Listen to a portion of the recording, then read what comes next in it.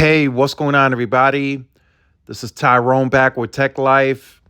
And here I have a great article for you guys from Mike over at Light Reading. I'll leave a link to it in the description so you guys can check it out. So, this is still a problem for T Mobile, but overall, what took place also plays in T Mobile's favor. So, Verizon gets 5G spectrum early, but T Mobile's still waiting. So, Verizon didn't just get the early clearing of the C-band, right? They didn't just get it handed over to them on the silver platter. No, they had to pay a good chunk of money to get it cleared early, right? It was about a $10 billion initiative.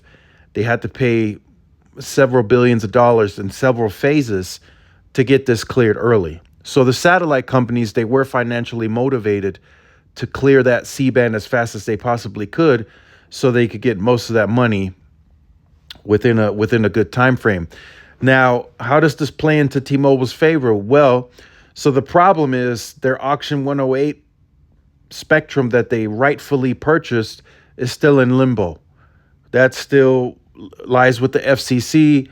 We'll see if they can still clear it before this year is out. My opinion, it'll be early 2024, but that's the problem. Now, what plays into T-Mobile's favor is Verizon paid a lot of money for the spectrum. They paid 40 something plus dollars, or billion, 40 billion plus dollars to initially bid on the spectrum. And then everything else included the early clearing costs and such.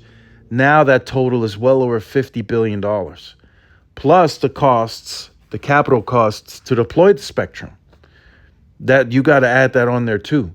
So now, I mean, we're close to, 80 something billion dollars if you include the capex.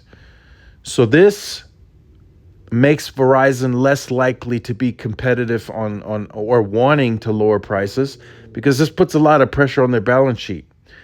And Verizon is less likely to keep a aggressive promotion for an entire quarter. Right? They want to be less promotionally heavy because they gotta keep an eye on that balance sheet. They're spending a lot of money right now to reach similar or better performance than T-Mobile. T-Mobile's performance is already up there. They've been deploying since 2020. It's now 2023 going into 2024. So they're already performing well. Yeah, yes, their 5G, you can say it's somewhat saturated. They already have high usage on the network. They already have more users on fixed wireless access. All of that can be incorporated. But T-Mobile didn't spend yet, $50+ billion to get new spectrum, to clear the spectrum, and then the capital costs on top of that. T-Mobile got Sprint for about $26 billion. They spent a few more $1 billion to get C-band and DoD, and then they spent about $300 million to get this additional 2.5 in Auction 108. So T-Mobile is like closer to like 32 billion that they spent total. So big difference there.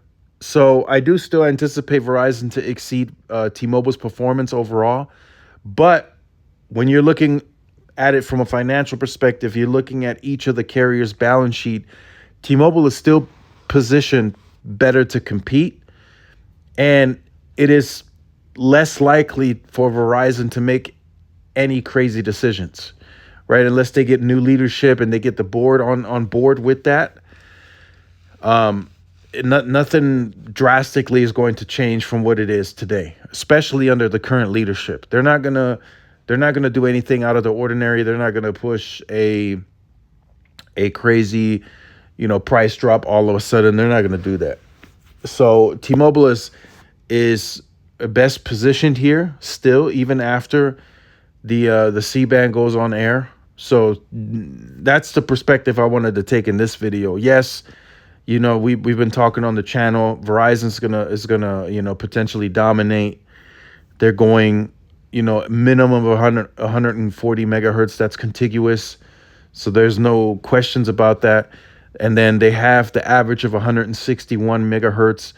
There's 158 markets where they have 200 megahertz. So I mean, they're gonna be fast.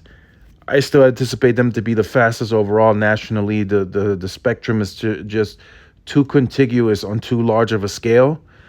But from a business side of things, right? If you're looking at the consumer growth, you're looking at business. Depending on where the economy's heading to, the economy's already in bad shape. A lot of people are cutting back. So T-Mobile is better positioned for that. T-Mobile is better positioned to continue gaining customers. They're better positioned value-wise, and they're still posting solid results on the network. They may not beat Verizon, but they're still going to be plenty fast. They're still going to have pretty large scale that's growing every day, and then it'll get bigger even in 2024. They're still growing their retail distribution footprint, so all of that is ongoing and behind the scenes, while Verizon continues to deploy their C-band at scale and turn up this additional bandwidth. So that's my take on that. Verizon did get the 5G C-band cleared early, but it did come at a cost. T-Mobile's still waiting on auction 108. Once that clears, T-Mobile will get even better in those white spaces. The green fields, they'll get better there. They'll have more available spectrum, so they'll be more competitive. And that's another advantage. T-Mobile is pulling up first. That's a big advantage that a lot of people don't discuss. Yes, Verizon will get there eventually with 200 megahertz, but T-Mobile is there first.